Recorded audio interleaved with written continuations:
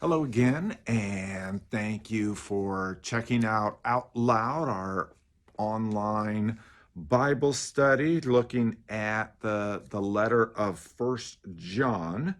Today we're going to look at continue work in chapter 2, looking at verses 15 through 17. Here we read, "Don't love the world or the things in the world. If anyone loves the world, the love of the Father is not in them. Everything that is in the world, the craving for whatever the body feels, the craving for whatever the eye sees, and the arrogant pride in one's possessions, is not of the Father, but is of the world. And the world and its cravings are passing away, but the person who does the will of God remains forever." So I think it's important, really, the two words that run throughout all of this that we need to consider are what we mean by the world and what we're supposed to love. So the world thing, in terms of, well, let's start in understanding the world with an understanding of what is clear in Scripture about what we are supposed to love. We are supposed to love God, obviously, and then as Jesus said and affirmed, really the teachings within the Judeo-Christian tradition is that we are to love our neighbor, love God, love your neighbor. And this letter, as we go forward, it's already sort of pointed to that already here in the second chapter, but will be more explicit later on, that there is no separation between loving God and neighbor. You can't love God if you don't love your neighbor. This world language could become problematic if we don't understand it in a particular way. We live in a time when loving the world takes on a different kind of meaning, in which we've realized that we can have an impact on the world in which we can be very, very destructive. So I would add to that list of love God, love your neighbor, and is to love the planet, love creation, love the universe the way that God made it. Now, you're not going to find a ton of scriptural references that would stand by that point. I think that's less a matter of the that this isn't God's concern, and more a matter of the people writing didn't see that as something that we needed to be concerned with. They didn't have the same kind of impact on the larger environment that we're capable of having now. Um, so when it says don't love the world, I don't believe that means in any way don't love creation, because but what we want to love is creation as God made it, as God intended it.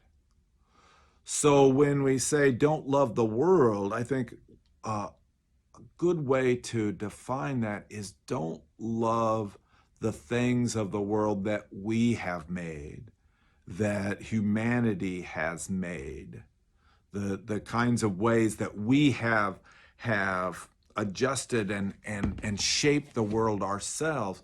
That's the point at which we say don't fall in love with those things. Some of those are good, some of those are bad. Oftentimes they're not always good and they're not always bad, and they don't remain the same way. You know, the creation of the automobile did a lot of things for people. It allowed us to move goods and things around. It allowed us to get to the hospital when we needed to be there in a hurry, and all of those sorts of things. A lot of good came from that. But we also recognize that as it has flourished, there's a lot of challenges and destructive came from that. So we don't fall in love with the things that we have made. Now, I was thinking about this in this sort of understanding. Is it wrong ever to say that we love something? And one of the most powerful passions that we can have is when we talk about our love of country. Is it against God's will to say I love my country? I would say it without reservation. I love my country. But I don't love my country because I was born here or that I'm a citizen here. I love my country because of the principles on which it was founded, the principles of the pursuit of happiness, of life, liberty, and the pursuit of happiness, that this is what our country is there for. The principle that all people are created equal with certain inalienable rights. Now, of course, right from the beginning, we didn't live up to those basic principles. The idea that all people were created equal, gender was a massive expression of inequality, and of course, the great sin of slavery that inundated our nation and still has an impact in our racial relationships and racial inequalities that impact this country. But even with all of the faults and failures, I still love the country because it has undergirded, it has still tried to, in principle, hold to those first principles, the things that we were founded on. But at the point when our country says, no, those aren't what we need, those aren't what we're about, that isn't the American way, that there's a better way that we can become more powerful, more influential. There's a way in which truly these people ought to and have a right to more rights, and they have a right to a place of higher position and prestige in this country than these people. That's just a natural thing. If anything of that sort came upon us, if ever we utterly abandoned the goal of achieving those first principles, then regardless of my birth, regardless of my citizenship, my love of country would dissipate. Our love of God is a very different thing. Our love of God is unconditional. Our love of God, our love of neighbor, our love of what God has created should be unconditional. And the reason it can be unconditional is for the very reason that came from the first chapter, that in God there is no darkness at all. In God there is only light. There is only those principles that give life, that give love. That's all that we get from God.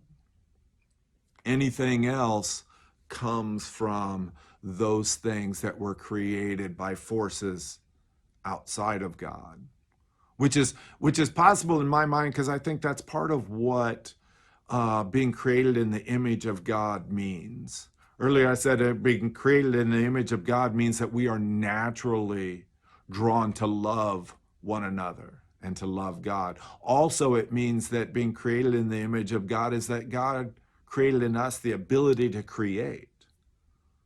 But once again, the infinite God creates exactly as it should be. Our finite understanding, our finite being creates things that are finite in their purposes, and oftentimes, if we fall in love with them, they will eventually fall short of our needs and what God would intend for us. So the key here is that, to me, is that the world is that part that we have created, and we can't love the world in the unconditional way. All love that we have for the things that we have made are conditional. Our love for God, our love for neighbor, our love for God's creation is unconditional.